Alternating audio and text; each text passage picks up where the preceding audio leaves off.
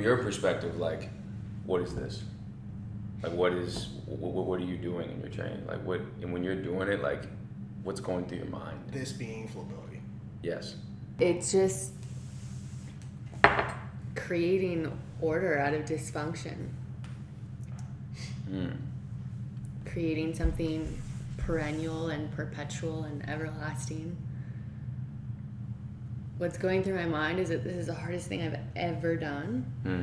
Why would you say, like, why is it For hard? me, it's all mental. In what way? Like, when you say it's mental, like, what are you trying to, like, get to that you feel like there's a mental blockage of? It's new. It's a new language. That's like, yeah, that's it to the T. So, like, And I'm expected to have a full-on conversation, not knowing. With who? yeah, who are you talking to? My members. And that's how it feels for me. Like, I was doing my Olympic squat this morning, and I'm like, no clue what's going on here, Yeah. but I'm trying. But it's so legit. It feels good as hell after. That's why I don't really have, like, questions like that. Like, I don't really know what's going on when I'm, like, pushing myself, but I don't question what I'm doing because I always feel better after I do it. I never feel worse after I flow. So It's like the wind. You don't really know where it comes from, but it's there. Yeah, everlasting. But like the question is like, what do you guys want? That has to be the number one question. Like, what are your goals? Like, why are you doing it? What's motivating your decision making? Like, not just working out. You know, like what? All our decision making is parallel. Yeah. So like the question is like, why are we at the gym? Why are we working out? Who are we doing it for? What are we doing it for? Are we looking for short-term rewards? Are we looking for long-term rewards? What are we getting dressed up to go to the gym for? Like, these are questions we have to honestly ask ourselves. You know, it's not like something for like some leader or some authoritative figure to tell you. Yeah, I can speak from my experience. I've had so much tension and pain in my body, and it just doesn't feel good to go to the gym anymore. I've been in 3 auto accidents, and I'm a volleyball player, so impact my whole entire life has just messed everything up. And I used to work out to like sustain that power that I would exercise when I played volleyball, but it just broke me down. It broke me down, and then flow just gives you back control more than power. I think that's the most important thing for me. Is like along with alleviating that pain that I feel in my body, it just gives me this sense of control and lightness. Would you say your feet are light because your hips are heavy? It's a great feeling. But sense of control in almost in more of a faith, like a leap of faith, because it's exposing that you don't have control of something that you thought you had control of, but you're trusting us, or you're trusting me when you see me show you that I can now control this thing, that I can show you evidence or video or however you want to put it of me once not being able to control it. Exactly. You know, what happens in between there is a whole different story. But can't you see how that's very complicated, like in itself, in terms of, I agree with you. I agree. I feel the same way.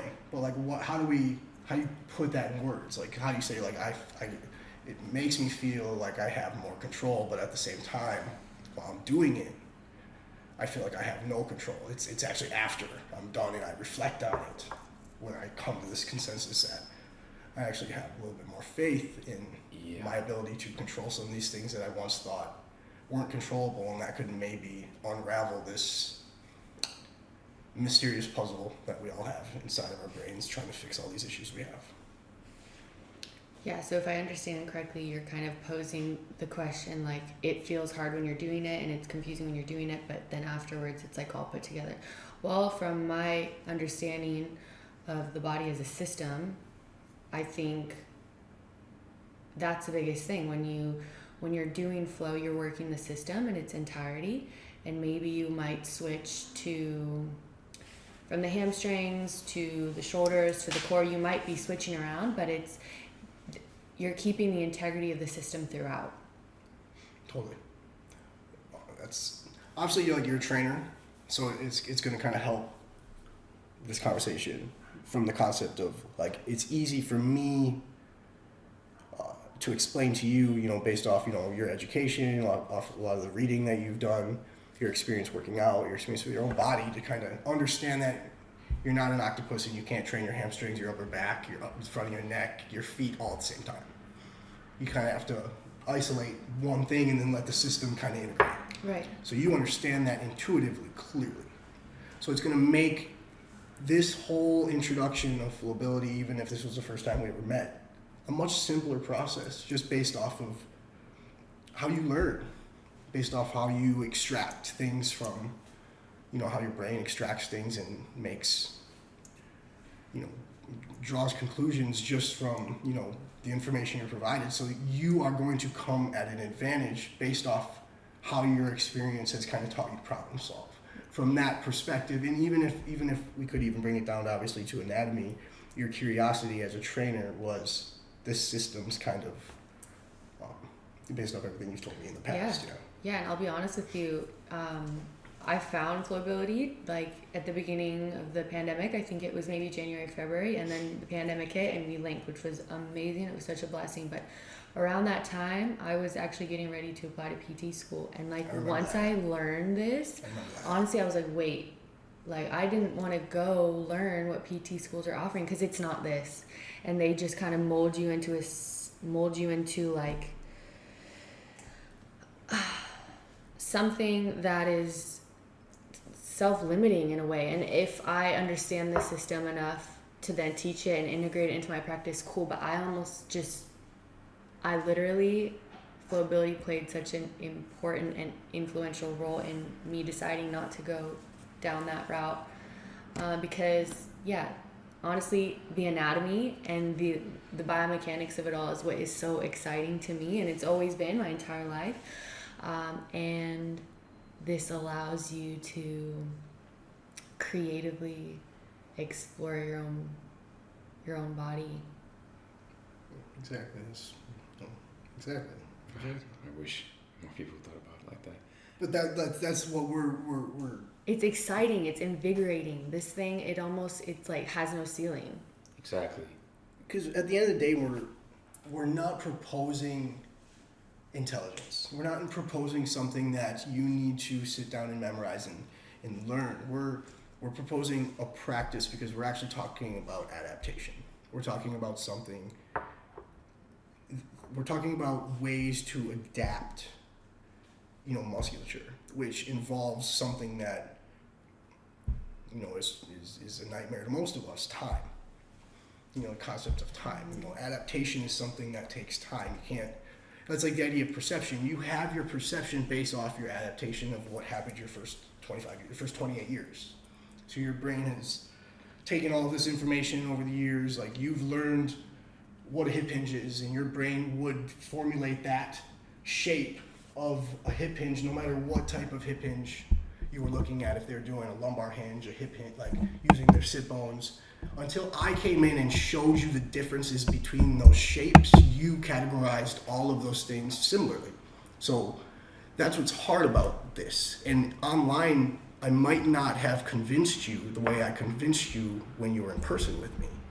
Because you got to actually look back at that video and you saw more of a Z than an L, and you felt your hamstrings way more in the Z than you did in the L. Yeah. So there's a presupposition you had in your mind gone. Because think about it. Think of what we think the hamstrings are. Like from what we were born, like what we were doing in K through 12, little stretch. Yeah. Like I thought it was the bottom part. That's it. Yeah, like we think lengthening a muscle is literal too. Like we think we're literally gonna like take a piece of bubble gum and lengthen, like pull it apart, take a rubber band and pull it, like as if my femur bone is going to get longer as my hamstring gets longer. Like there is no muscle lengthening per se. It's everything that has to do with fascia, like that sliding door right there. Like imagine if it's super sticky at the bottom and you can't open it. Yeah. Like your brain is not going to sit there and try to just jam it open. It's going to go try and find another option. Yeah. Versus if it's greasy, fluid, watery, fascia, like we're talking about mobility. We're talking about mobility in terms of fascia, so like water in sense. So like people that are saying no soft tissue. That research is,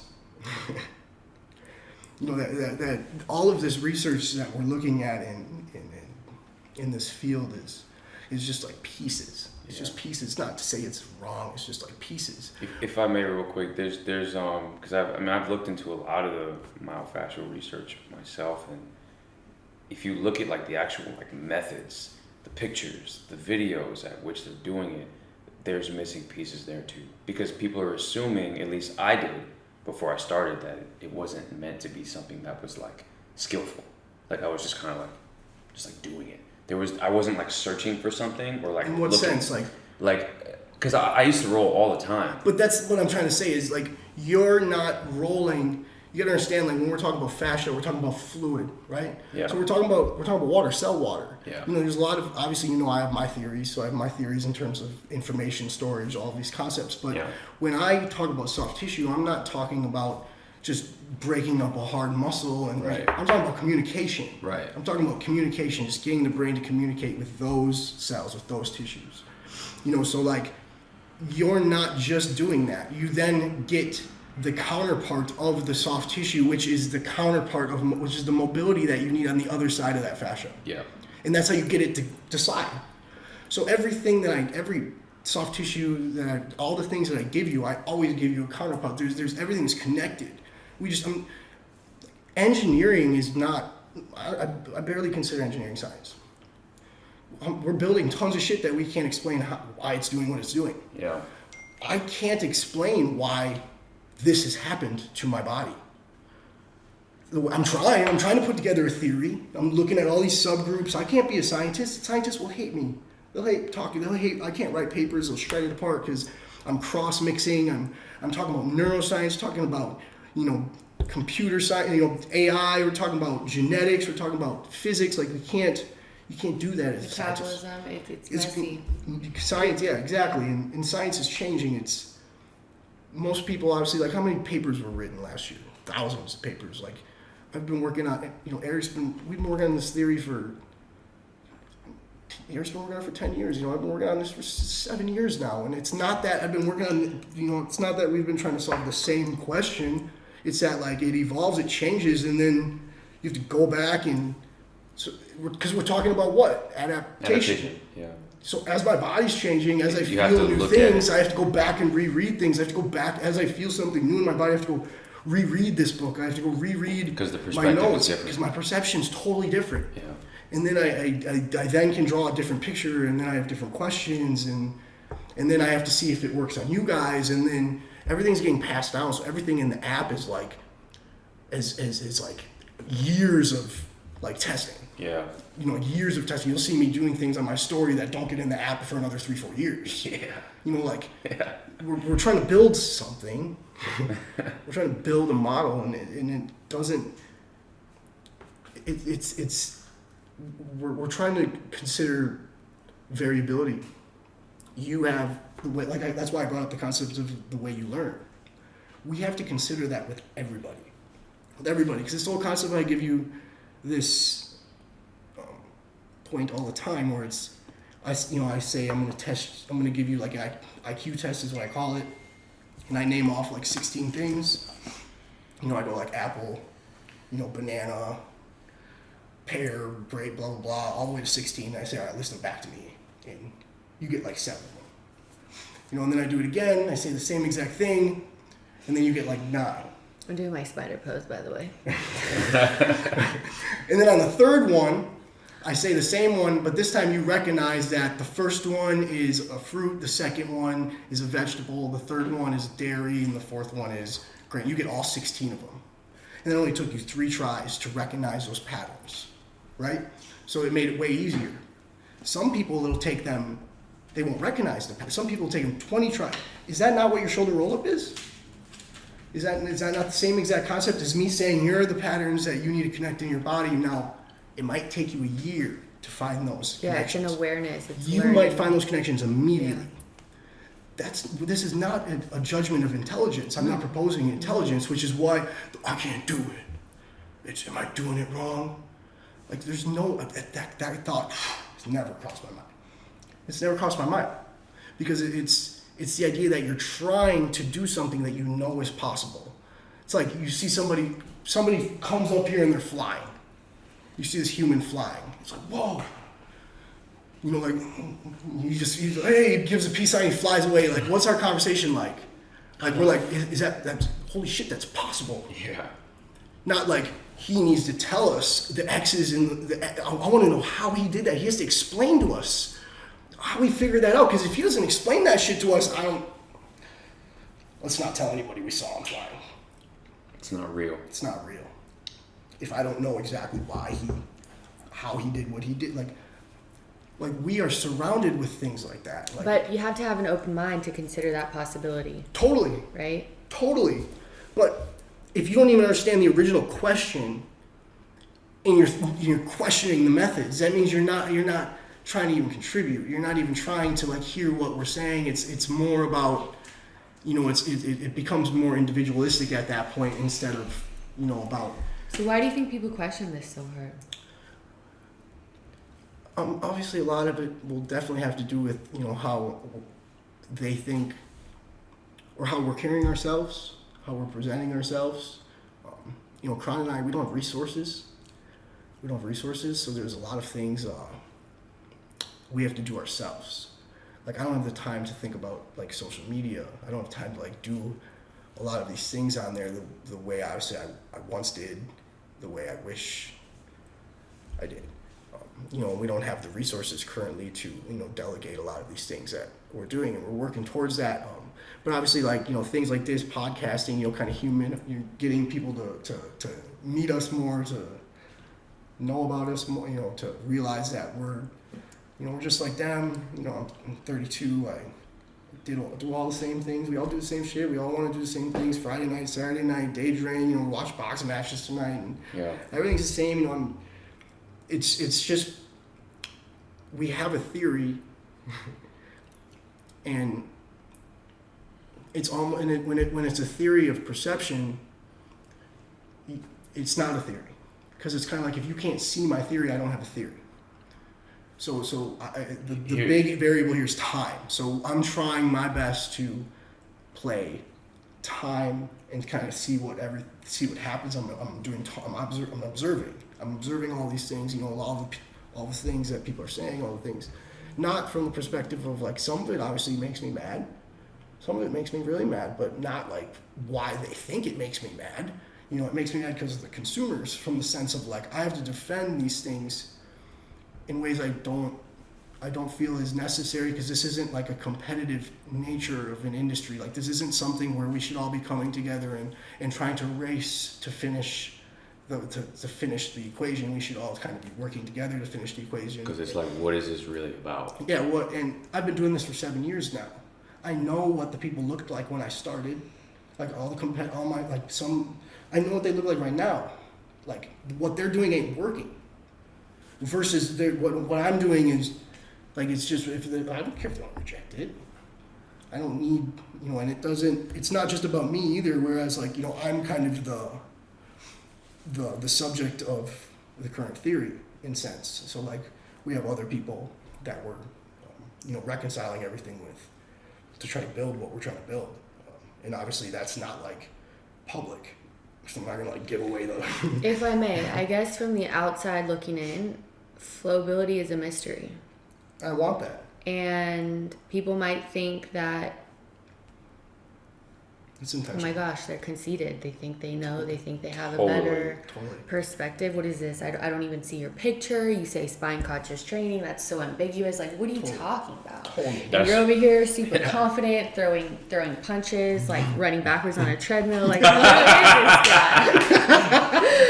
For sure. Obviously, I'm leaning into that narrative. Yeah, and that's good. I urge you to continue doing that, because you're gonna lose all the people that become intimidated by by your discovery, and for them, they're not ready for the truth. They're not ready to, because they don't have an open mind. Like, and you can speak to that term in terms of like having that idea and then meeting me in person and then realizing what I am in person is not. yeah, no, you're just a really sweet, passionate guy, you know, who has something that's a lot to handle, and it's getting more complex and complicated as time goes by, as day goes by, as you train new clients, and it's like, it's a lot, because you've just unlocked something that, like, you're like, whoa, how do I even control this? Like, what do I do? You've been given a lot of responsibility by even being introduced to this theory, and you know, you have a good thing. You get it. Yeah. You get it. I mean, yeah, it's Here's heavy. Here's my question for the both of you. Can you quantify perception? And if so, what does that look like? Because I feel like that's the biggest gap in all of this. Like, they can't put a number to it. They can't put a type of like. That's why I had you listen to that podcast like at that point, because like you can't, because we don't understand what's on the other end, what's on the other side of this. When we have something, when you tell somebody there's an issue with their perception or they're seeing something wrong, Yeah. and then you're trying to explain what's right, they then have to consider, you know, what's that like then? Like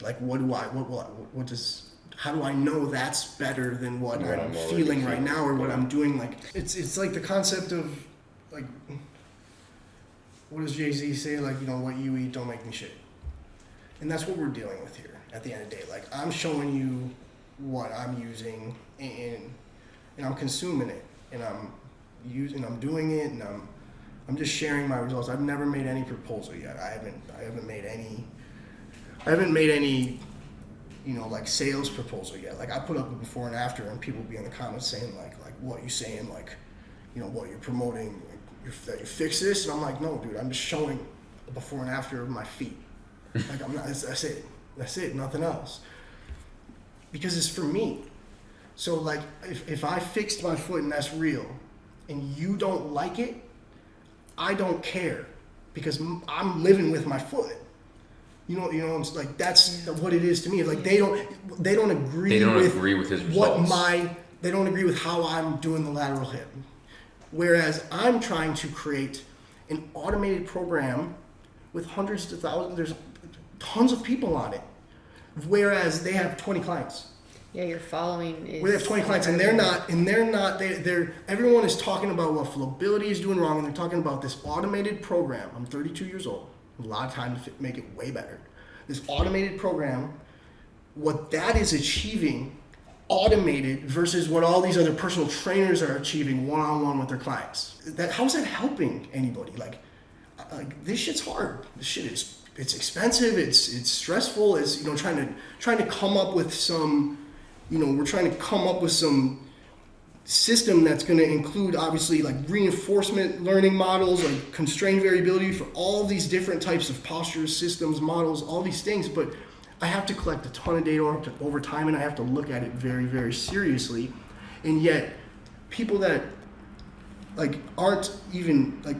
These things that they say online, they would never say to me in person, because I can show these things in person, and it's not like in a way where like you can just reject it. It's like if you're rejecting it, you're showing me how you're doing it in a different way, like to say, oh, lateral shifting. Maybe you should just turn up and just like go live and start challenging people. Of course, like of course, like that, we can do that, and of course I know, but I have a lot of time still to do that. I don't want to start podcasting yet, like from the sense of, that's why I like that we're just like having a chill conversation, because I'm not trying to like educate on all these things that I'm still learning.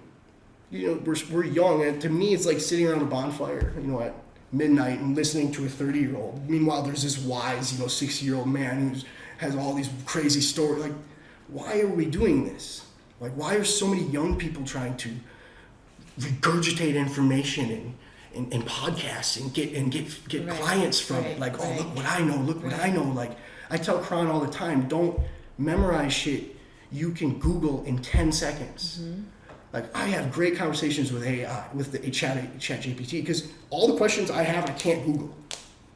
Whereas I can it's reinforcement learning. I can program that thing, and then it knows all the things I'm looking at. It knows what I'm thinking about, and it's able to have like a conversation with me in a way that I can't on Google, that I can't with like, you know, people that aren't looking at some of these things the way we are. Like I'd love to have a conversation with like physicists, with neuroscientists. There are a lot of people in the fitness industry that I would love to have a conversation with, but it's not you know, you're doing your hinge like that, or you're squatting like that. You should be doing it like this. No. But I'm not learning from them. No, of course. And that's where the issue is. That's where the whole issue is, that like I don't think I'm better than any of these personal trainers and anything they're doing. I don't think. Y'all are just in different lanes. You're curious. We're just trying something else. We're just trying something else, and if we're wrong, we're gonna pay for it. In 10 years, I'm gonna pay for it if I'm wrong. Or the opposite. Like there's, at the end of the day, like that's why I'm not making claims. I'm not even like proposing it from that. I'm just giving it as an option, and you know, saying join us if you want. You know, be a part of this project. Jump on ship if you want, because you know we're having fun. We feel good. You know, I'm 32 and I've never been this mobile. I've never been this mobile, and I grew up, you know, a skateboarder, lacrosse, boxing. Like rough sports. Like I've been in rough sports my whole life. So like I'm not just trying to prove something now. Like my work ethic has never changed. My work ethic has always been the same. Before I met Eric, Eric just taught me how to work smart. Yeah. He took that hard work ethic and he sharpened it to where now I know how to work smart, but I work hard. I've spent 10,000 hours doing my hinge, shoulder roll up, you know, like this. It's not like all my audio guides. It's memorization. Yeah. That's memorization. That's how much core work I've done. I've done that core work so much that I can close my eyes and memorize and walk you through a workout for 15 to 30 minutes as if you're there with me. Because I've done it so many times, and every time somebody's laying on the floor and you know I get to do the core work with them, like I'm approaching them from like the perspective of like, oh, here we go. Let's see if they don't do what I think is going to happen. You know, let's see if, you know, they do a big flip, they pick their feet up. Oh, it just happened again. Or, oh, that just happened again. Or you reach and then this muscle pulls in, like, oh, it just happened again. Like, we're trying to prove ourselves wrong. Constantly. Yeah. We're constantly looking for errors. And these people don't even know what it is that we're doing, think they're going to find an error before we do. Yeah. Like, how is that helping? To answer your first question, so you asked, like, why are we doing this? And my answer is very simple. I grew up the opposite of him in regards to, like, I didn't play sports. I wasn't athletic. I was fat, and I stayed inside, played video games, read books, and studied. Like, that was my life. So I always had the notion in my mind that I would never be athletic. I would never be able to play basketball because I sucked at it. I would never be able to do all these things that I see other people that look like me do effortlessly. And when I met him and I started doing what he was doing, I felt a small, just like the tiniest spark of possibility that I could do that. And I still feel that. Like I'm jumping higher. I'm able, like my lateral movement is better. My shoulder mobility is better. Like everything that I was striving to improve on to become an athlete is actually happening. And it's gonna take some time. Like I can't dunk yet. But there are things that I feel inside my body that are intrinsically getting better, and it's just telling me, bro, keep doing it. Because the way I move and the way I feel in my body right now is not how I was moving and how I felt when I first started. So why did you start lifting before you met him? I mean, it was very simple. Like, you wanted to get athletic. Yeah. Okay. Like, I think that's why most people like start lifting. It's either like, I want to get huge and like really jacked, or like, I think this is gonna make me athletic, because that's what all the media is saying. If you look at the NFL Combine, what are the biggest highlights? How many times are they bench pressing 225 pounds? That is the biggest, besides the sprints, obviously, that is the biggest thing that they, oh my God, like freaking like House of Highlights, ESPN, oh, he did 40 reps, he broke the record, wow, he's so strong. Like, and not saying he's not strong for doing that, but it's like, it doesn't translate. I could bench 225 pounds for 3 or 4 reps. Not super impressive. At the time, I was like 160 pounds. I thought it was a lot. I was like, dang, I'm strong. And I could not reach for 30 seconds without my shoulders burning, and I had to drop my arms. And that was just, I was like, what? Wait a minute.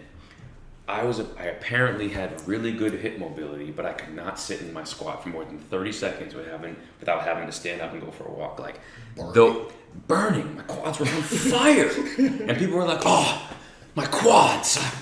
I'm doing it wrong. I'm like, it just made sense to me, especially looking visually, like how my glutes have changed. I'm like, yeah, I couldn't do it because I didn't have it. So like developing these capacities and these strengths that I'm learning about in the practice is like, yo, I actually might be able to be an athlete. In my mind, that's how I feel. And that's what I'm doing. Because I'm like, yo, I can still play video games for 2 hours and then go sprint. Like I can still watch Netflix and like, you know what I'm saying, live that life, but I still have the ability to be athletic. That's how it feels for me. I don't know if that's right, wrong, whatever, but that's how it feels in my body. And that is exactly why I'm doing this. You are recreated. Yeah. It's like a chance to be something that I didn't even think was possible. Like when I learned how to skateboard, like I had to sit out there and learn how to ollie, and then someone taught me how to kickflip. Like I had somebody come who knew how to do it, doing kickflips, like show me how to put my feet, how to like, you know, certain different like leaning forces, all the things on the board. I've never been taught how to squat. Never been taught how to bench press. You know, and like when we were learning, like I was working out with like 3 of my friends, and like every single one of them had like, you know, a different variation of, you know, elbow and shoulder placement. And like we didn't know, so who cares? Like we didn't know because we weren't be taught in this. It's a fun thing to do. It's fun, like putting your headphones on, taking pre-workout, working out with your friends. You know, like dressing up for the gym, like being there. It's like an activity for adults. It's like it's fun. We still do it. I still do it, but obviously I'm not like working out like that. But I still carry that same mindset, like blast rap music and just, you know, just make a mockery, but just be doing different type of workouts, or just be trying to obviously be still weightlifting, just with a different focus of what I'm trying to feel.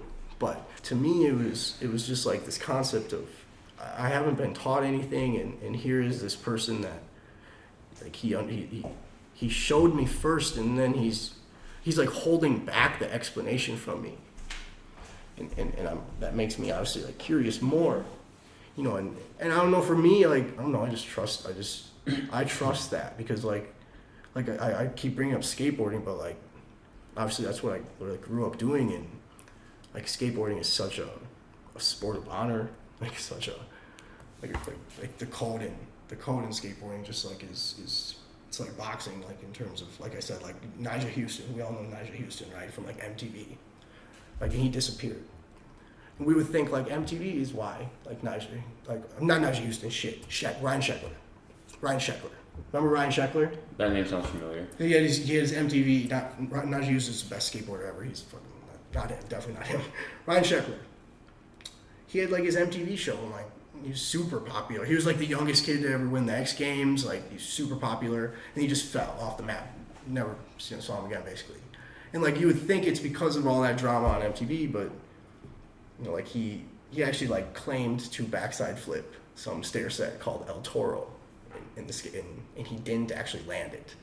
And then he like broke his knee, and like when he came and recovered his knee, he went to try to land it actually, and he couldn't land it. Like this, like that type of thing. Like you can't say you did something if you didn't do it in skateboarding. You cannot, like I could not wear skateboarding clothes if I didn't skate. Like remember, that's the concept of like a poser. Like if I saw someone wear, like I was a prick as a kid. I was an asshole as a little kid. I was super cocky, but it was because of the concept. It was about, it had a lot to do with this, because I would get a ton of shit when I went to the skate park at first, like wearing what I was wearing and doing what I was doing when I couldn't skate. So then when I could skate, you know, I thought I was the shit. And then when I went to school and I saw kids doing what I was doing, they couldn't skate. Like I brought that same energy to them. So I was a prick, but like, it's just this idea of like, you know, I had to work really hard to figure out how to do it. Like, you earned it. And that's what the skateboarding community is really hard on that, because like obviously filming it is one thing, but you still can land a trick without filming it and have people believe you if you have, you know, a code of honor in terms of you're loyal, you're not a liar. Because if you're a liar, like, who the hell are you? Is this like? It's just like that's kind of what I was, you know. That's what I kind of grew up on in terms of like my competitive nature. So then it's a like character trait. So it's like I want to improve my hip hinge. Like I actually improved my hip hinge. I actually like subconsciously, consciously, all of it improved it. You know, so like objectively I move better. Like objectively I can kickflip. Objectively I can't kickflip. Objectively I can hinge with my hamstrings and my ass. Objectively, I have a hard time hinging with those tissues, and I'm using mainly my lower back and my hip flexors. So I have a question. So a person who deadlifts 180 and they think that 180 is super easy and they record themselves and they look good and everything feels right, why don't you think that they would want to improve their hip hinge? It's just that they don't know that they're not doing it right. That's perception. Yeah. And that's perception because that involves everything. That involves pain. That involves pain, where we're using pain as kind of this measurement thing, where pain is so multifaceted, where it can be down any of those channels, and it shouldn't be what we're using, but because of the fact that they don't have pain, that's the problem. Because I remember I didn't have pain when I did my workouts. I had pain when I went home, and those muscles that I just worked out relaxed or, you know, tensed back up when I was sitting on the couch for 2-3 hours. Go work out, put energy into the muscles, and then go sit in the couch for 2-3 hours, and those muscles are wondering, why aren't you still giving me energy? And now they're bitching. That's just a theoretical way of thinking about it. To me, it's like I always try to keep it like objective, like sport, like sport acquisition, like skill acquisition. Like if I want to learn how to, like boxing, like I have been working really, like I work really hard when it comes to learning how to box. Like I've been training for 3 years now, and I do it a lot, daily. You know, obviously I do my floor workout daily. I don't need to, like, it's like the concept of, we know about this 10,000 hour rule, but do we? Do we believe it? Do we not believe it? Like, these are the concepts where, like, you know, Eric, who I learned this from, like, he's the hardest worker I know. He's the hardest worker I know, you know, and it's motivating. I want to work super hard. And that's why I'm achieving these things that I'm achieving over years of hard work. Like, you know, I'm getting, you know, like boxing is, like, that's the difference. Like, I've been trying to do this shit for 3 years and I still don't have my stance. I still don't have my boxer stance now. It's really, really, really hard to figure out. Like, it's not something you can't just figure it out. You can't just do it. You can't just be a 25-year-old and start boxing and figure out, like, you have to learn that shit when you're, I don't know if I'll get it. I'm trying, because I'm trying to break things down. It's just like I'm trying to take my skill all these biomechanical analysis things I can do, you know, in Flobility and bring it into sport. So I'm trying, but it's hard, and there's things you gotta, like, it humbles you, it makes you appreciate, like, the process, and I think that's important for people to learn, because, like I said, we're not talking about intelligence. We're not talking about, hey, are you smart enough to do this, or we're actually talking about, like, hard work, because hard work would be like the opposite end of what we're talking about with adaptation. Because if you're just working hard and following the rules, not adjusting the rules, and just doing it over time, you're going to see a positive adaptation, versus most of us are not realizing this negative adaptation that's kind of happening over time, and with our bodies, with our mind, with all these concepts. And when I call it spine conscious training, I'm thinking about the idea that we know nothing about our spinal cord. It actually has nothing to do with the vertebrae. Like it actually has everything to do with the spinal cord. Spinal cord is the brain. So you don't have a spinal cord in your lower back. So when I came across all this shit, it was like, holy shit, I'm only moving my lower back. I don't have a spinal cord in my lower back. So I'm never moving my spinal cord. So that piqued your interest. Yes. Right? It might not pique some other people's interest. For sure. So that's why they'll never get into this. Totally. Yeah. Totally. I had back pain. Okay. You know, so that's technically what, it fixed my back pain. It made me feel better right away. Yeah. At the end of the day, like, that's what got me into this. And like, I have, my first posture picture was a year after I started doing this training. I didn't know. I didn't know my posture was changing. Oh. I didn't know. I just loved the training. I just loved how I was feeling. So it took me a year to know, holy shit, my posture's changing. Because I lost my job. And that's when, like, we just took some posture pictures and I put it next to one that I did a year ago, and I was like, holy shit. Like, that's what I then chose to do this. I think that's a big point because it wasn't defined for you. You came onto that just from doing it. Yeah. So like I actually just recorded a podcast about this because I number one question besides what am I doing wrong and am I doing it right? What is it? What is Flobility, right? Like what is it? How do you explain it? And I said on the podcast, I was like, that'd be like going into an art exhibit, but by each painting and sculpture, there's an interpreter ready to explain the painting or the art to you. You have an expectation of what you're perceiving. So you go into it looking for that. Whereas if you came upon the perception yourself just by like trying it or like, going in there and just letting it be kind of formed on its own, that's a much more organic process. So I've stopped trying to like define it because it can be anything.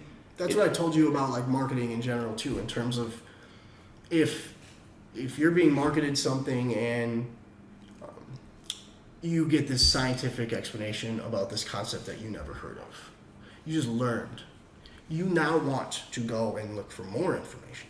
You want to go and look at what other people are saying about this topic. You want to be more scientific. So you want to cross analysis. You want to compare.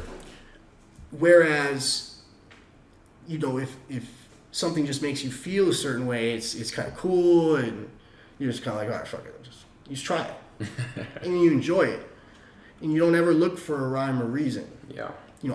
That's what happened with me. I didn't care because I didn't want to understand these things. This is like what I was telling you in terms of we're all scared of each other.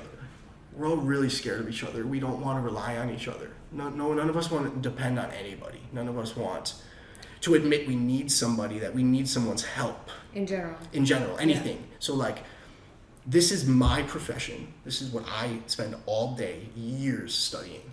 And people that don't even know what an adductor is are telling me how to do my job all day, every day. Because they're humans. Because, what's biology if we don't tell the scientists what these words mean as humans? So like, how these types of things that we're trying to teach everybody, it's not so much like, that's what the whole concept of like what you eat doesn't impact me. We have to find a way to influence people to look at it and be influenced kind of by how it makes you feel, kind of like beauty in a sense. Because like we want to talk about science, but nobody agrees in the scientific community. No one agrees on science. We talk about everything being objective, but the most verified theories in physics have tons of counterparts. Tons and tons and tons and tons of counterparts, meaning other scientists arguing this, scientists arguing that. Who's arguing that Da Vinci's art, who's arguing about all that art in Italy? You walk in there and you see, who's arguing about that not being, some of the most beautiful paintings in the world? Everyone from all over the world is coming to look at this painting. What, Michelangelo? Is he a good artist? Yeah, Michelangelo. It's a big painting. You know what I'm saying? Like, we don't disagree on beauty. Yeah. We're Asian, American, Mexican, all races, black, white. Everyone's going to Italy to see these same exact paintings. Or going somewhere to see the same exact painting. But no one's arguing the way they are about general relativity in physics, quantum mechanics. We agree on beauty. As conscious agents, we base a lot of our decisions off of that concept for ourselves. Think of why are you taking pictures of your food before you eat it? When it's when they come out and they set it up nice. Oh, it's good. It's you appreciate it more. You appreciate it, yeah. You appreciate it more. Like, you pay that much more for this this plate, which is the same exact thing you get at Trader Joe's for $2 in a plate. There's something about art. There's something about beauty that transcends way beyond science, and it doesn't require communication the way science requires communication, and we are biased.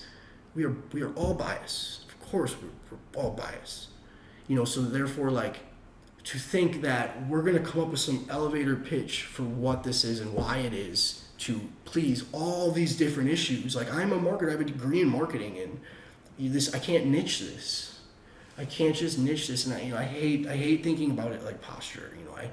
And performance world is totally different than the rehab world. It's not fair. They are tied. Of course, but it's not fair to, like, when we don't know what this is yet. That doesn't make it, like I said, like, engineering is basically, it's barely science because we can't explain how half this shit works. We don't know how. We can build something and then we can't explain how it evolves. We can't explain how, like, think of the World Wide Web, think of AI, like, these things we have now that we once, time is important. I remember doing the FRC cert, and when I first heard about bioflow, when you would do the cars and when you're doing your pails and your rails, the way that your mobility increases because of the bioflow of the cells, the way that you're forcing the energy, forcing the tissues, the fascia maybe to flow. It was like this new concept that I had never really heard of. So going back to I'm just thinking, like, in simple terms, like, why does this work, and why wasn't this taught to us at some point, like, earlier? Because it's really just,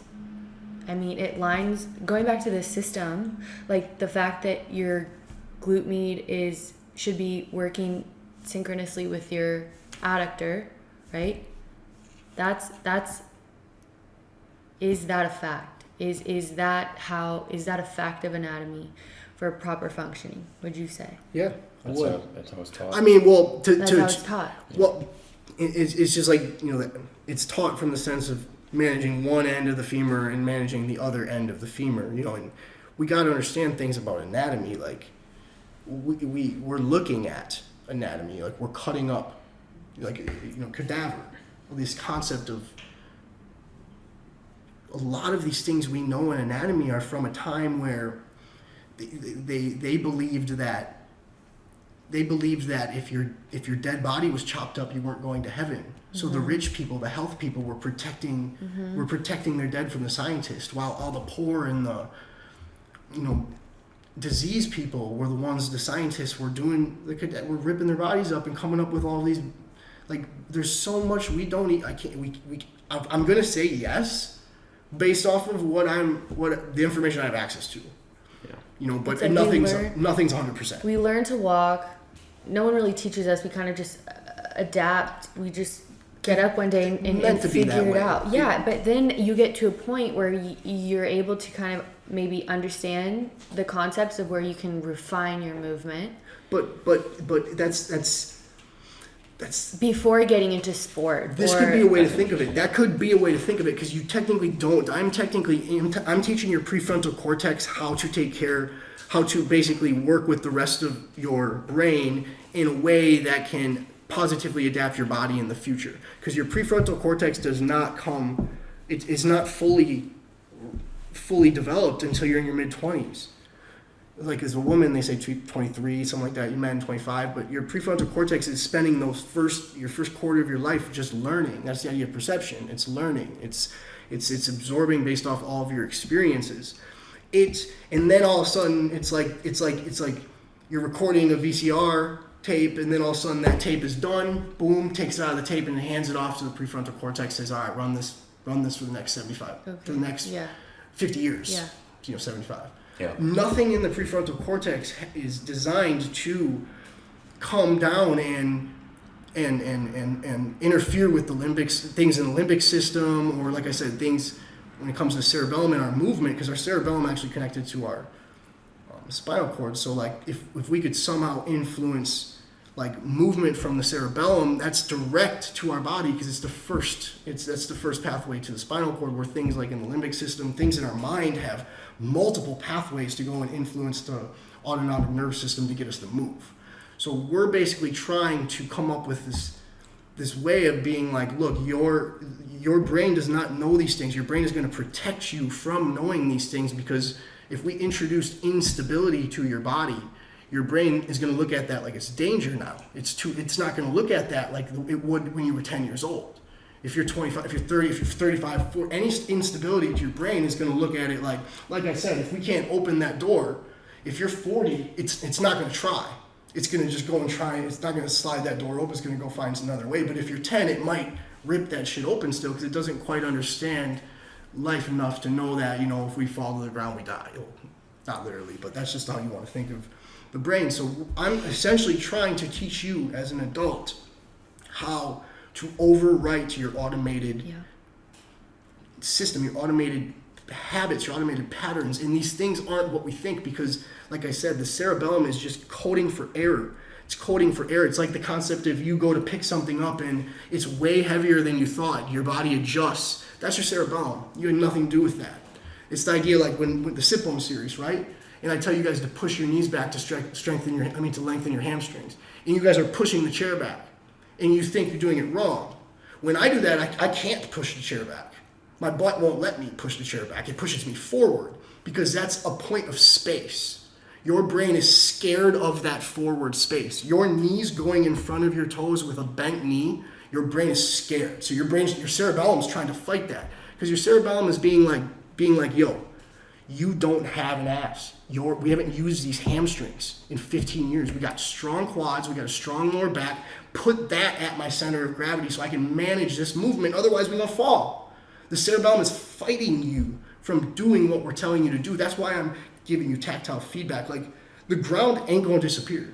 Your brain thinks that's how your brain is treating you, but you got to be like, it's fine if I fall to the floor. The ground ain't going to disappear. Like, you know, like the sit-bone series, these tactile things, I'm trying to set the body up in space so it can basically upload the information in space. Because, like, if you sit in a hip hinge in forward space, meaning like your knees are in front of your toes, you're in your hamstrings, if you hold that shit for 3 minutes, you won't feel your glutes. You won't feel your glutes, but they had to do a lot. So their adductors, I don't know what you'll feel. I don't care what you feel. Because it doesn't matter. It's not up to me. It's not up to you. There's a system to manage that point of space. And we can't see these things. Eric, who came up with this as an artist, it took me 5 years in the system to start to see this COG. You know, like, we can't see these things. And he never told you. Well, he did, but it's just, it's I can tell you it 100 times, but if you can't see it, like, it's like you being colorblind and I'm trying to explain to you what red is. Yeah. Like, it's impossible until you're no longer colorblind, and, you know, and then you come and try to give me appreciation for trying to explain what it actually is to you.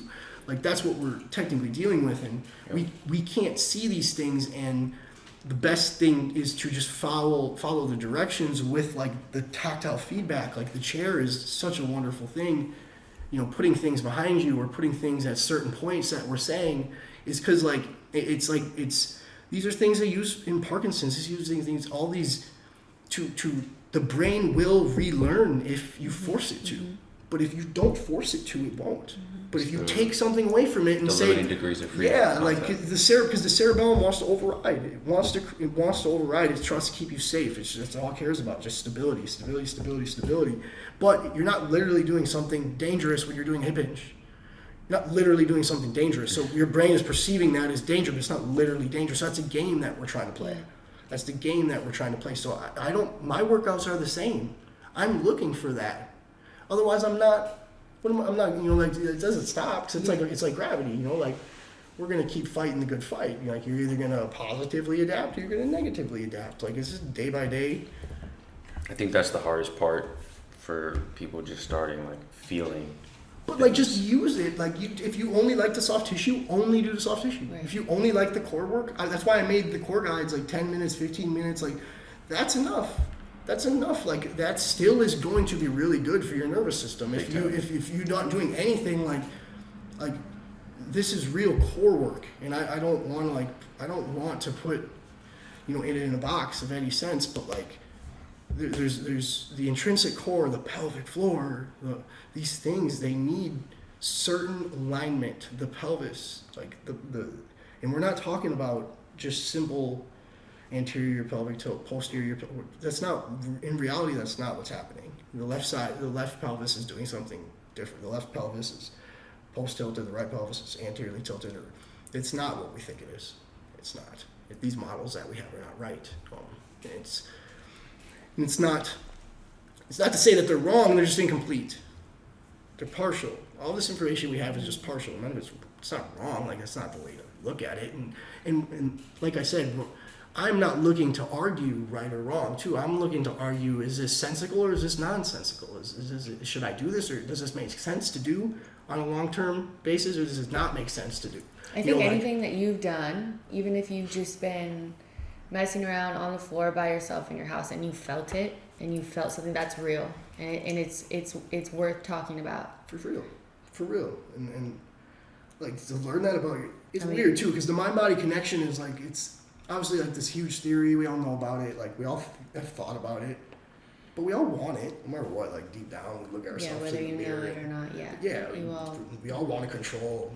We want control, but there's certain things we don't want to control. Everything's complicated. Like, when you want to do something, there's so many steps in your brain that you don't realize that are automated, and to overwrite those, you're like, how long is it, like, people ask how long is it going to take? Like, hopefully forever. Yeah. That's my answer. I don't know. When people ask me that, forever, hopefully, I don't know. What do you mean, how long is it going to take? What happens at the end? Shit. What happens when it's done? Are you done? Are you going to stop? Like, hopefully forever. So I guess it's important to say there's no really end goal. No.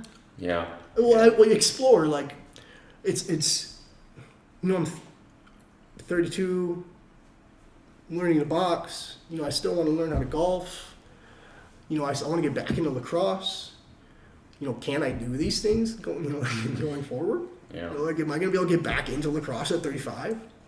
Like, those are things that I'm striving for. That's like I have my own motivation, and I don't, it does bring you closer to yourself. Like, you just gain a lot of respect for your body, you just learn things. Like, there's so much I could talk about, obviously. Do you think weightlifting does that, and then you do this and you're like, whoa, like this is way more, like even more so?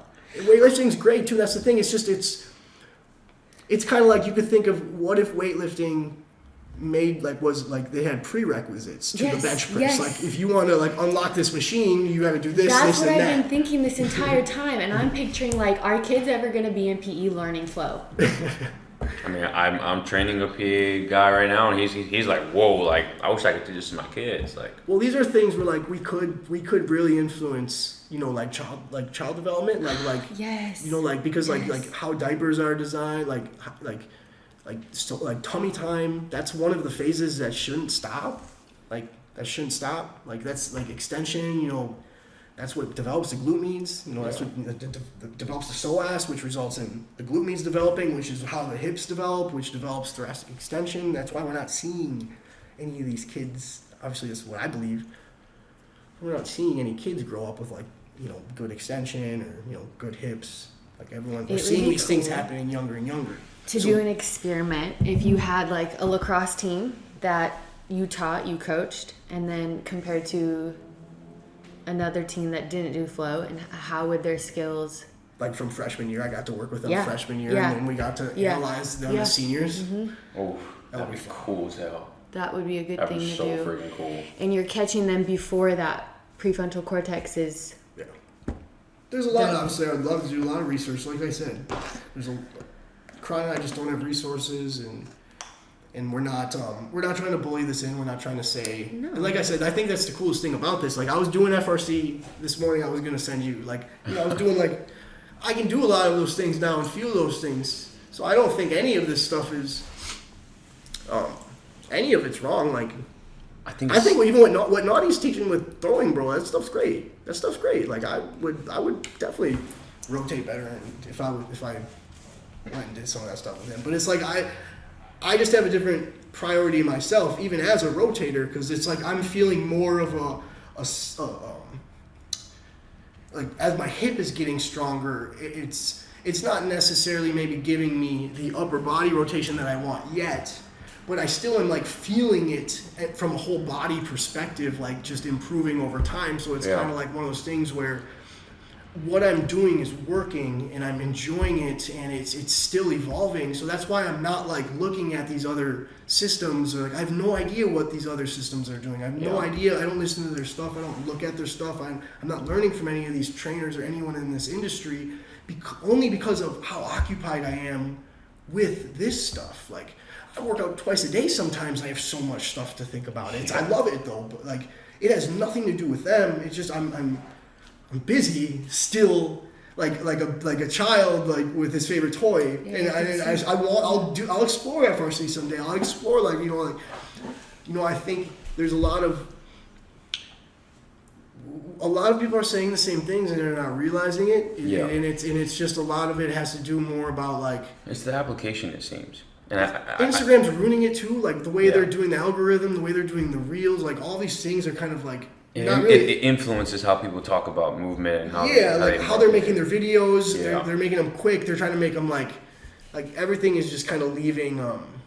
It's just a little less authentic, and it's just because it has to be like it's just they have to be. We have to do it this way to be online now, and it's making the Wild West just wilder. Yeah, it's making this even crazier. But it's I believe it's going to get regulated someday. I don't believe it's going to always be like this. Like someday you're going to get, like imagine, like you make some claim online like what I've seen people say like the spinal cord, they're all the same. Like you should get a fine for saying that. They're kind of already doing that. When COVID stuff went crazy, people started getting like called out like, oh, this is actually not real. They just started doing fact checks. They started like actually regulating what people were saying in regards to like giant crises that people were just like throwing out crazy stuff, like crazy theories. Like, no. This is not real. That's the biggest issue in my opinion, obviously. It's just that like there's just so much out there. Like why, even from like Instagram, like what we have everything. Obviously, we're trying to put it together as a system. But for us to put something out for the knee or the lower back, do you know how much lower back exercises, how many knee exercises were posted just today? Just today. Probably hundreds. You know what I'm saying though? Like there's so much information. There's so much. The question is, what do we do with this information? And that's what we're spending our time trying to take our information that we have, which is already too much, and spending time with it instead of trying to combat information with them, and it seems like a timing issue. So like for me, when I found flow, it was at the right time in my life. And I hear this all the time where people are like, yeah, like it was just like the right time for me, or like this was happening in my life and I needed this. So like when I found it, I quite literally thought I was at the top of my game in regards to like I knew everything about the human body. I had my master's degree in exercise physiology. I was like, yup, I know exactly how to mobilize the hip. I know exactly how to mobilize the spine. I know exactly how to mobilize the neck. I was like convinced that I had it all figured out. And then I did a podcast with him, and he gave me like a very small, just like the tiniest thing. Like he like because it was a video. And I saw him like moving his shoulder like that. Like he would like when he did it, he wouldn't be like, he would, like made a sound, and I was like, whoa. And I tried to do it. I was like, I can't. It like hurt. Yeah. I was like, how is he doing that? How is he like doing this like intricate, precise motion that I spend quite literally an hour a day doing like micromillimeters of a percentage of like anything, and he's just like, oh yeah. It's just my shoulder mount. It's like that moment, I was like, wait a minute.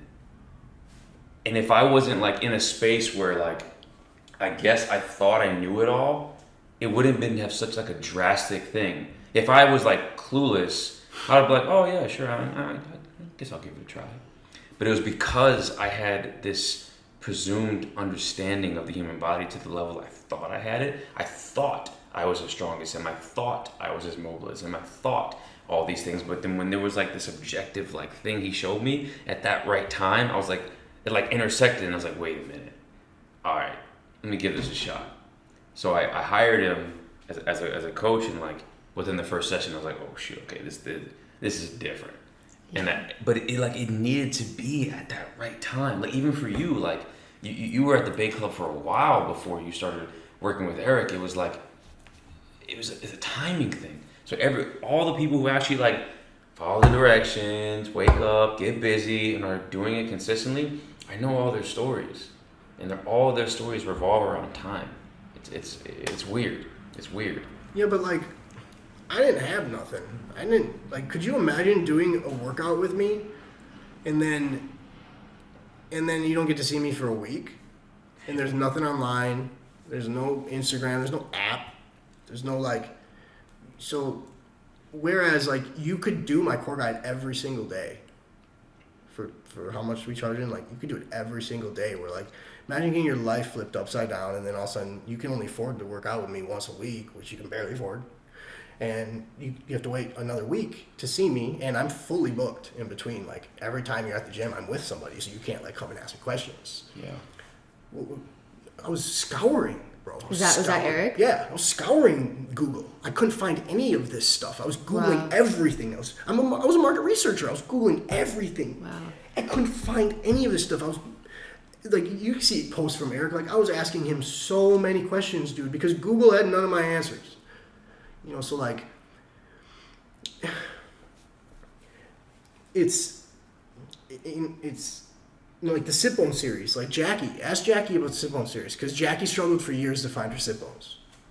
It was really hard. Like it took me a long time to learn how to teach that like properly. Yeah. Years to teach that, and then the sit bone series, boom! Now we can give sit bone awareness like that, and you see it. You know, like. But then these things get taken for granted immediately after like we move on from them, and that's what I'm saying. Like I didn't have no app, I didn't have Eric. Like we're sitting here talking about this bullshit all the time. Like people talking about us on podcasts, people talking about us here, sliding in our DM. Who taught Eric? You guys don't ask yourselves that ever? Like I'm asking I'm sitting there, I can't figure out a shoulder roll up, and it's like who taught Eric? Who's teaching Eric? Who's vetting to him?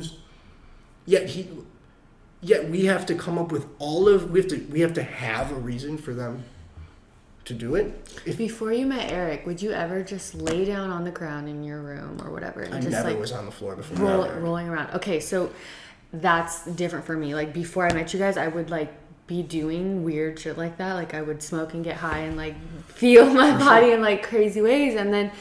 So then I like, before I met you guys, I knew it was possible. I knew there was something that I was feeling that like nobody was talking about, and I was too scared to talk about. That's why I said, if you feel something, it's worth sharing because I don't know, the body is like, our bodies are not understood. Like it's like the ocean. We only get like a little bitty piece of it. So yeah, totally. And that curiosity though is like, you know, he's an artist too. And like, there's so many things like I've been through it. Like I didn't listen.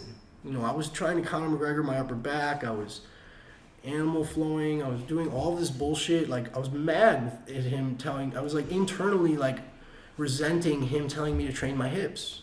Being like, why do you want me to train my hips? Like, I want to train my upper back. Like, I understand what everyone is feeling and thinking. You know, I'm a millennial. Like, so I get it. I was thinking the same thing. I was looking at him being like, I want this fast. I want to move like McGregor fast. I want an upper back like that fast. Like, yes, I was coming in, day out, working my ass off, but my mind was the same you know, it was fast. I was thinking, I was anxious. I was super anxious. I was not patient. I was not listening, and it took me a long time because of that. Like, I was not paying attention to how I sat outside the gym. You know, I did wear flat shoes. I was not posturing. I was not doing any of this stuff outside the gym. I was just taking my workouts very seriously, and I worked out a lot. And, you know, I did things like, I picked the things that I knew like were good. Like I sat in my squat all the time because in my hands I could feel my top butts expand, and I knew at the end of the day I need to grow my top butts. So that was one of the things if I didn't really know what I wanted to do that day, or if I didn't really have much, wasn't feeling much, I'd just sit in my squat and roll my top butts and just focus on my top butts. But like I would always pick the things that like I knew would please Eric, essentially, because I was working out in front of him because I lost my job at this point and I couldn't afford to pay him anymore, and I still needed his help, and he was still willing to help me. So it's like that. Obviously, I was willing that much more to go out of my way to then start following his direction. So we're talking like a year and a half in when I really like started buckling down. But that doesn't mean that. It doesn't mean that like. I still did a lot of. I would walk to the other side of the gym to lizard crawl, to film for the gram. You know, I would go to the other side of the gym. Away from him. Yeah. I would go to the other side of the gym to do bullshit. You know, like because I didn't agree. I didn't right. agree. And the question is that avoidable? Like that's what I'm trying to say. In my opinion, it's not. No, because when those times when you it's like. There's been, and then times obviously like where something would happen in my body, you know, some type of transition or like some type of, and then like I would feel what Eric has been telling me I was supposed to, like I would feel what he's been telling me to feel for the last like months, and it'd kind of be like, shit, what? Like, it's not even that I was doing it any differently. It's not even that anything differently was, it's just, all of a sudden I felt it. Bam. And I would, you know, it's like be one of those things you'd ask them and be like, why? Like, what's going on? Like, why? And you just be like, man, you just trust the process, man. Like, he's got to trust the process. You don't know now, but you're going to find out. Yeah, like, there's you don't know what you don't know. You don't know what you don't know. And it's one of those things where I was, like you as well, like, I was gifted to where I like I said, I internally didn't agree with a lot of the things he was saying. Like, they would make me mad, but I still listened. Like, I really I didn't want Eric to ever tell me the same thing twice. Like, that's something I tried to do as a student. Like, even still to this day, I hate telling the same. I hate people. Like, yeah. I don't want you aren't gonna have to tell me the same thing twice. And that's what I tried. That's what I work towards, at least in terms of like listening, because listening is a skill. That's one of the first things he came down on me for. Screamed at me in the gym because I didn't listen because I was anxious. I was. Like, it'd be like, you know, I was having a conversation, but I would be, like, daydreaming, and he knew I was daydreaming, so I was like, and I'd be, you're like a 26-year-old, like, welcome back, Jordan. Scared because, like, he was mad, and, like, you know, he's helping me for free, and he's really going out of his way to help me, and it's not like I'm meaning to ignore him, I'm just drifting off, like, things like that, and those types of things. He understood them, and he was hard on me to fix them, but he knew that was the only way to fix them. So, you know, like that's the issue. It's hard love instead of hard love, you know, and like we have to learn how to kind of do that with ourselves, of course, and that's the idea of like intellectual honesty, like looking yourself in the mirror and being like, yo, like you tripping out, go apologize, man. Like, you know, like that's hard to do, and these are things we haven't been taught. And no. It's completely against human nature. It really is. It really is. Pre-2019, you're gonna see me locking my elbows out on all my power cats. A locked out elbow. Past 2019, you'll never see that. You'll never see me with a locked out elbow on my page. That's just one example of something we figured out. And there's many. There's so many. I'm not gonna say them all, but that's one example. Yeah. Like that's all over my page. They just don't know what to look at. And these are things we will explain. We've tried to explain, but it's a process of learning, like, step by step, you know, because you might not be able to see, like, it's, what did she say in that podcast? She came up with a great analogy where it's like you have a flight to Chicago next week. You know, you can't plan for a lot of that trip because as of right now, you don't know which gate you're landing in. You don't know which people you're going to be by, who's going to be at the airport. You can't give me a full out plan of what you're going to do when you land in O'Hare. So it's a leap of faith that when you get there, you're going to figure it out. That's what we're saying. We're saying, let's do this right now. This is all we know. When we get to the next part, we're going to figure it out. Yeah. We're going to figure it out then. It's a leap of faith once we get there. They're not okay with that because they're being like, but when we get there, I need you to tell me. Yeah. You need to tell me what that means and why would I want to get there?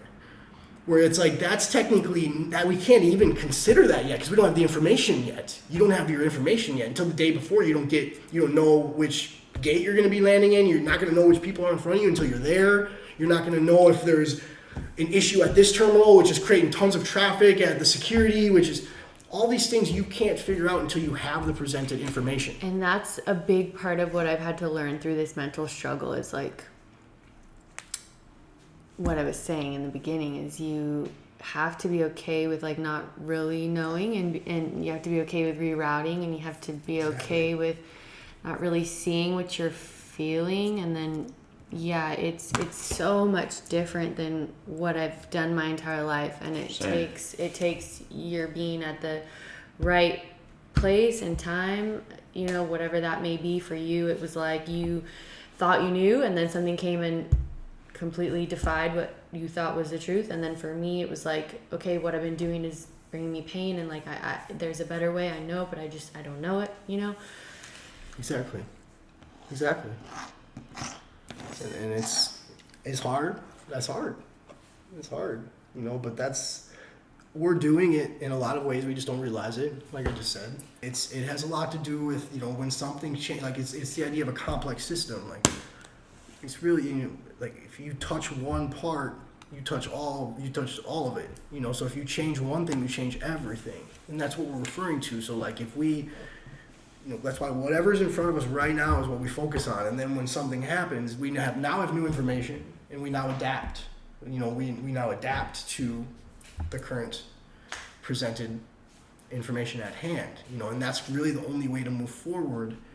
You know, and that's why I laid out a lot of. That's why I laid out a lot of like the writing, the literature, the way I did, where like you kind of have to learn to base a lot of this stuff off of how you feel for the day. But if you have the ability to wake up and work out, it's like preparing yourself for your day of, you know, sitting, working, because your muscles have to support your skeletal system, your body in space. You know, so we're talking about intrinsic core muscles. We're talking about muscles that help support your body, you know, on a 24/7 basis. Obviously, you go to bed, neuroplasticity, shit goes back to how it was, but that's the fight we're fighting. That's the good fight. You know, maybe you 0.01% upload. 0.02% upload. You know, all of a sudden that workout 0.12. You know, like that's the truth. What makes a system behave the way it does? Like why? Like I said, why do we make the decisions we make? You know, like what do you want when you're going to do your workout right there and then? What do you want? Are you trying to do the workout so you can film it and post something on social media? Are you trying to do the workout so, you know, something in the future, you know, something long in the future, your health, like really, like are you trying to prepare for a marathon that you're running in 3 months? Are you trying to, you know, get jacked up because you have a date later? Like there's so like that is super important because that's so important. That is essentially like what, like a lot of people argue that concept of like variability, which a huge part of our brain, like basal ganglia, is involved in, is a part of like our concept of free will. Like if you're driving down the highway and you need gas, but you're also starving, you're not an octopus. You can't do both things at once. You have to choose. You have to pick one right there. Which one are you picking? Because that matters right there and then. It could change the next day. It could change. That is going to have a huge impact, you know, on how you're learning on a day-to-day basis in terms of how you're training your body. You know, if you're not thinking about those things, like it's your rewards. We're talking about reward function. We're talking about, and that's the idea between constraint variability is like it's normally with like these, you know, your systems with an agent. With an agent is just trying to maximize reward function. But the thing is, we're conscious agents. So we have consciousness, subjective experience on top of that.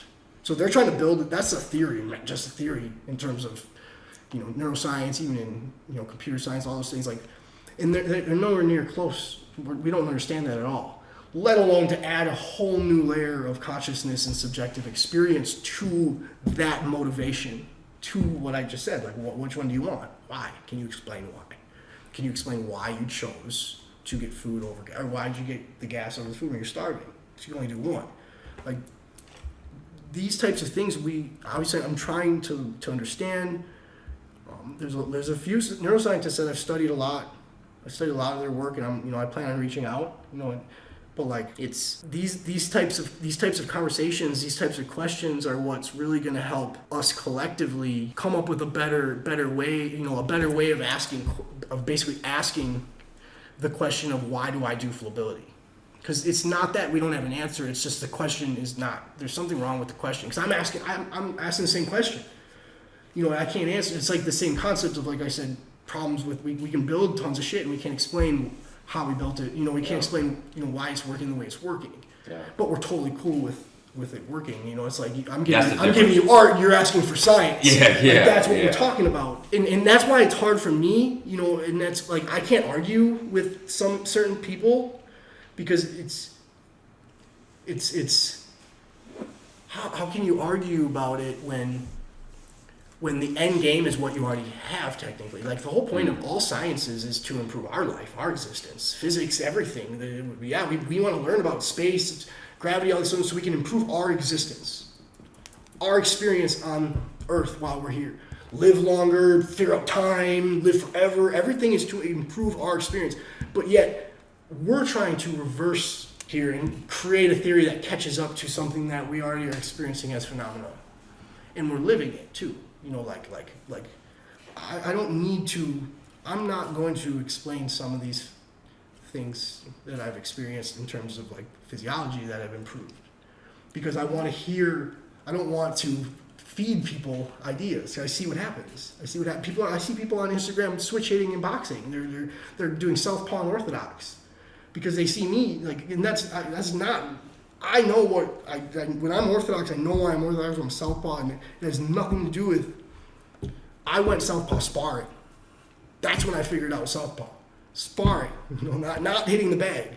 So there's a huge difference there. Big difference. Huge difference, and I'm just saying it's not that it's bad because it's fun. Try both ways, try everything. But it's the idea that if we tell them oh, I fixed this or I fixed that, then they're expecting that to happen, and then it doesn't happen. And then then they're mad as hell at us. Pissed.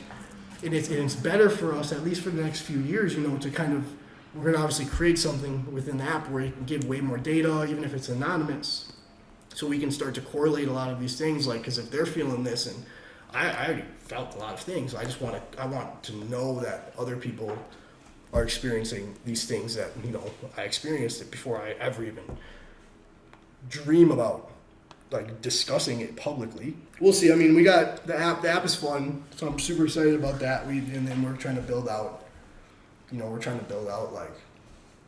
Like I said, this idea of variability, tons of different. Like Karon was saying, we can't guess all the problems, but I can correlate a lot of things, and then we can kind of make it kind of like you're in a maze in a sense. Remember when we were young and we would read those books and it'd be like you get to page 13 and you'd have options and it'd be like, all right, go to page 43 and they'd be like, all right, go back to page that type of concept. Okay. Is what, like a map almost. Yeah, exactly. That's kind of what long term I'm trying to get it to, because it is essentially how it works. You fix this and then all of a sudden you're starting to feel this hip differently, and you go back and visit that, and then you're working on that for a couple weeks, and then all of a sudden you're feeling this, and it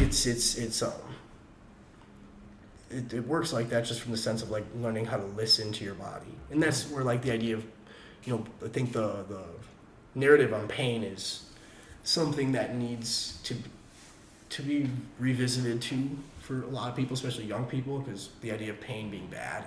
Yeah, I definitely looked at it that way.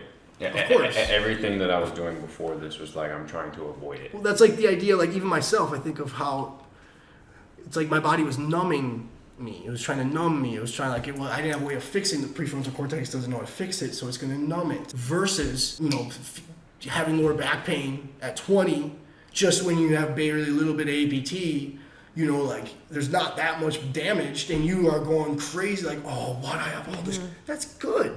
Yo, you're getting that signal right now. You got tons of time to fix it. You're young.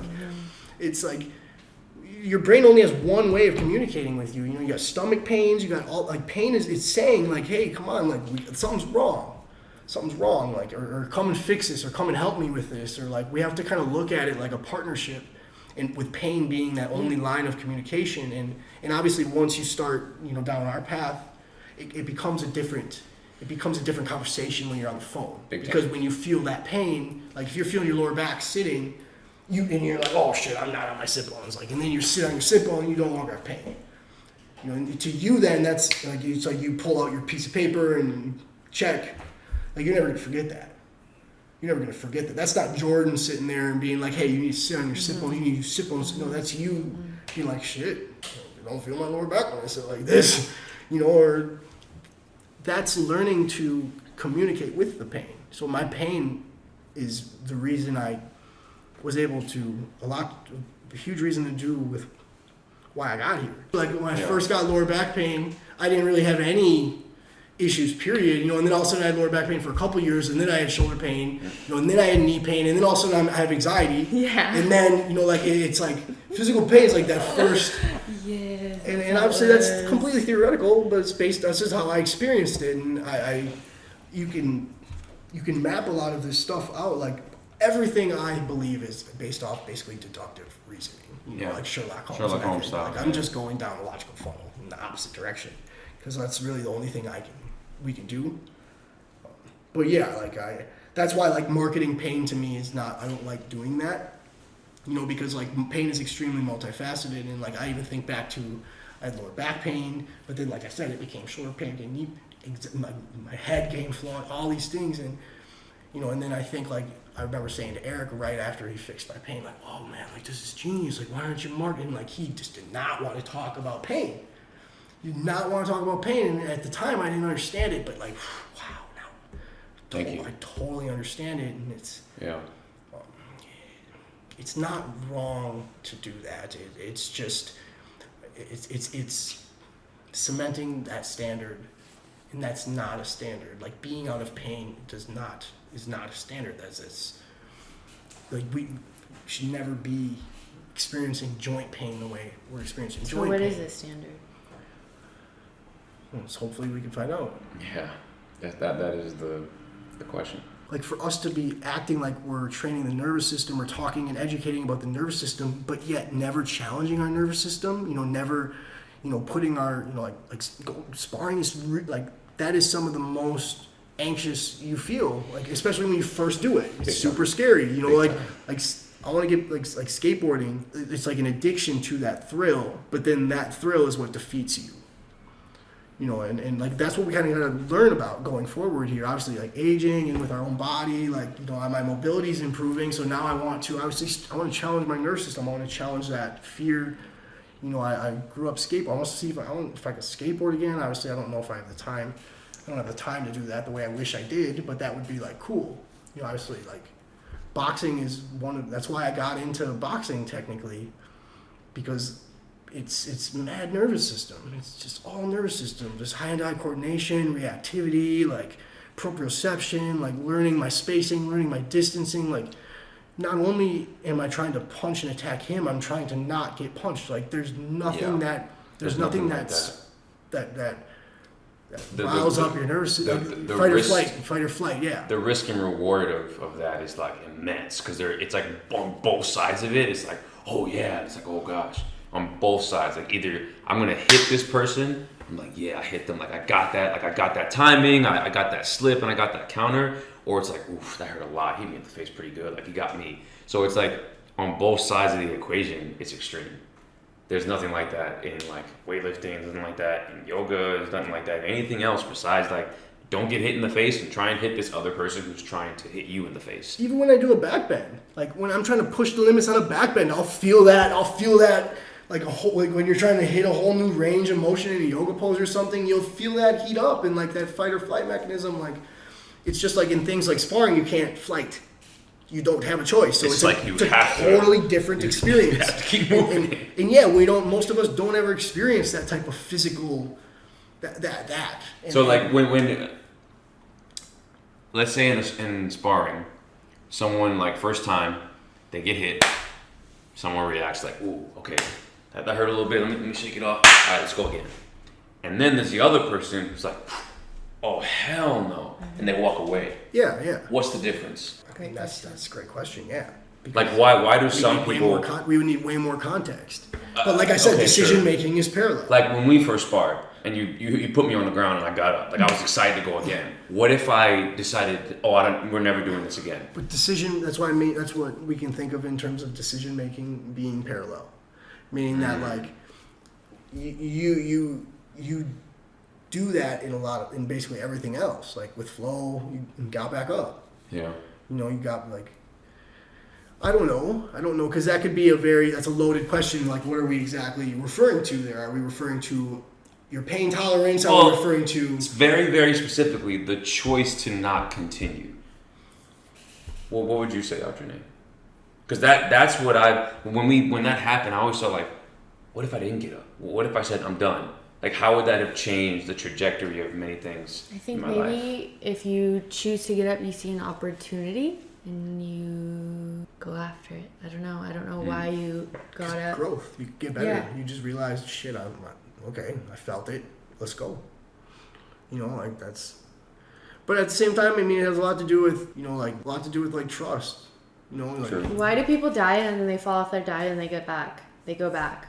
It's just like anything. Like, why do you start something and then regress maybe and go back? I'm trying to think of a better example, But think about it like this, like, there are people who are doing flow that are in so much pain. They'll feel better in a session, but because they didn't feel better in the next session, they're like, well, I guess I'm doing it wrong. I'll stop. They won't remember. But you're judging. But you also got to remember too, like you can't judge these people. It's not judging. I'm trying to understand.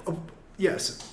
I'm trying to understand, but from like, the perspective the of decision making in that same regard. Like you got to put yourself in their shoes too. You got to put yourself in their shoes. Like, this shit is hard. Yeah.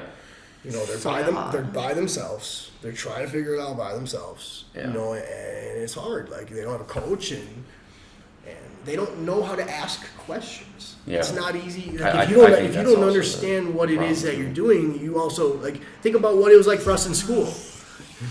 think about what it was like for us in school. Like, the teacher always liked the kid that was asking all Yeah. the questions. the questions. Yeah. Whereas you'd get called on and he'd want you to ask a question, you'd be like, you don't even have a question, because you ain't paying attention. Yeah. Or you're trying to pay attention and you just got no clue what's going on, and they calling you like, I don't get it. Yeah. That's your question. I don't get it. So the fact that they're not asking questions has much more to do with, it's our fault. That's our fault.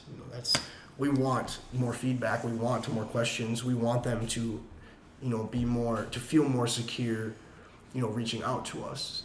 And that's what we're trying to work towards. Like I just said, we just don't have the resources right now to set all these channels up, but we're working towards it. We just built I think an app. there is a shame component of it too. You're just like, damn, Of course. I agree. this is so cool, but I can't do it, and I don't have the mental fortitude, or I can't figure it out, or I don't know if this is good or it's bad, and you kind of just shame away from it because you're like, oh, my coaches are gonna be so disappointed in me. Imagine you almost wanted to serve Eric in a way. You wanted to make him proud, like you said. For sure. Yeah. So it's sure. That plays. I mean, I'll just speak for personal experience. And it's shit that you feel like you should be able to do. And that's what makes it mind, that's what kind of hurts your mind with it, where you're kind of like, what? In sports, it's different. You don't want to disappoint your coach, but objectively, my jump shot sucks. I just got to go work on it.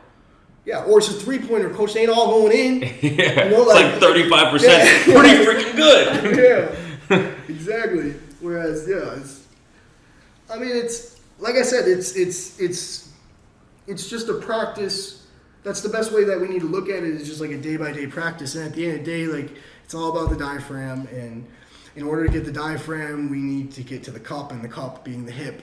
What do we need to open the hip? We need the abductors and the adductors. So we can visually see that the abductors are very deficient and that most hips are shallow. So at the end of the day, if we just make it objective and we're just okay, we want to objectively grow the muscle mass of the top butts.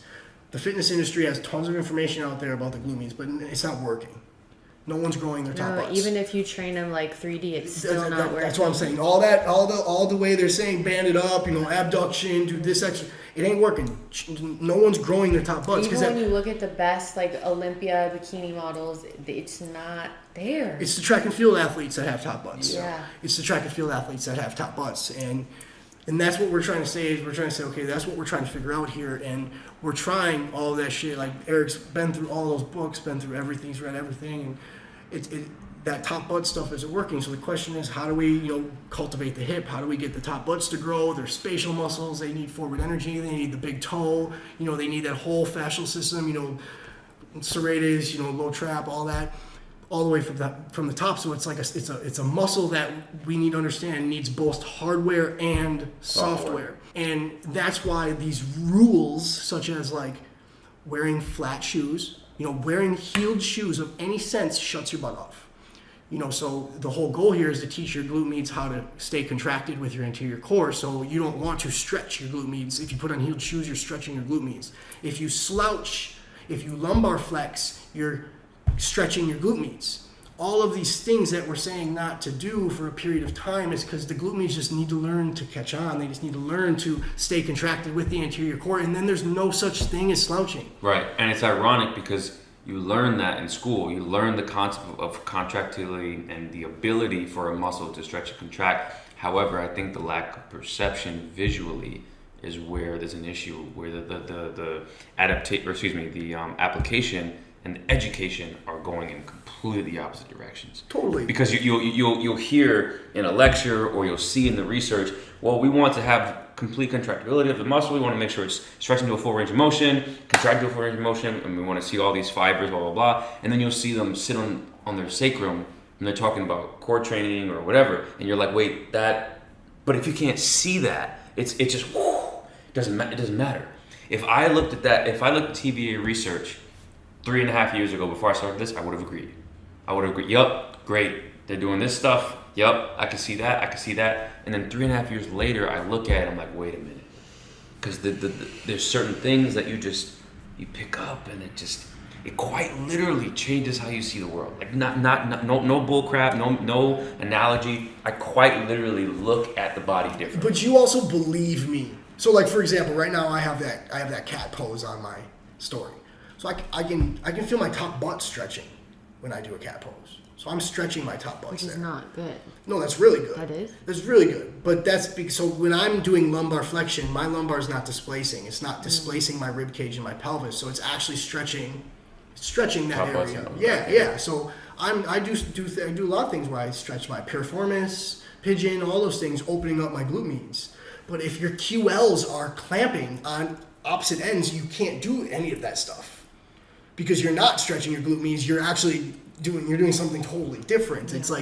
It's the idea of counter movement. We have counter movement, and we're referring to counter movement. Yeah. If you reach for something, you have muscles contracting to manage the counter movement of your chosen, action. Stability. Yeah. So but you have to believe me when I say I'm stretching my top butts in a cat, or I'm feeling my top butts when I do this contract. Because you guys, like I said, it's almost like, oh, you feel yours now? Oh, you got it. I got it too. Or they're like, oh yeah, I got my top butts now. I'm done with Flobility. Where I'll look at a pose of somebody doing something, if they got no matter what they're doing, the first thing I'm looking at is the hardware. So I'm looking at their top butts. So I can watch people doing the program for months and months. It's not a question to me if they're following my directions or not. And I'm not mad. I'm not mad. But I can see if the top butts are growing. Because that's a muscle that we can't expedite it any faster than can't inject steroids straight into the top butts and have that muscle working with the brain the way it needs to. That's why meeting people in person, and even just doing a couple touches a year. We're gonna open a gym, obviously. We'll start traveling. Yeah. That stuff matters. It helps, because of little things like perception. Because when they meet us in person, it shapes the perception. It shapes the perception in our advantage, and it's very rare. It's normally the opposite. Normally online you look better than you look in person. That's and we have that to our advantage at least because we have width in our body. Online it doesn't show any width. I don't look like I'm 6 feet tall with a huge upper back online. Yeah. And those are things where in person it's okay, never mind. He's not some little yogi. He's not. Yeah. Those things matter. It's just I bet you thought I was way smaller than I was when you met me. When I put that questionnaire up, I think number 1 was 5'10", number 2 was 5'7", number 3 was 6 feet. I don't remember. In terms of how tall they thought I am. And I did the same thing, and they thought I was the reverse. They thought Karon was 6'3". I was what? They thought I was. They thought Karon's huge. Everyone. I remember like even Hannah was saying that when she didn't meet you yet. Oh! Wow! I thought you were way taller. Thanks. Oh, that's funny. Oh, yep. Here's the real thing. But it's just like perception. Like those are just types of things where it's like That's the only reason why I bring that up, that belief concept, because like I really hate when people think I'm like this mindless robot sipping the Kool-Aid. It's like, no, bro. Like I actually like feel this stuff and I see it, and it's like it's so hard to communicate that stuff online because it's just like he said, she said, she believes, he believes. Like he's hit me and it hurt, and he was barely doing anything. Like that was objective. The way that he just slammed his hand down. I know. I was like, whoa. The swiftness of that and like that. There's just things that you do have to experience in person. Yeah. He's right when it comes to that. Like, what do you mean? like when you did that, When like you did that? it was very fast. And it Fast came out and of nowhere. precise and like, yeah. So Intentional. Yeah, there's just certain things that you can't explain online. It's just how it was presented to me. You know, I wanted to learn it, and you know, and I couldn't afford to pay to learn it, so I had to kind of, you know, time is a way to pay for things. Yeah. If you want money, time is the other option. That's essentially what I tried to pay Eric, and here we are.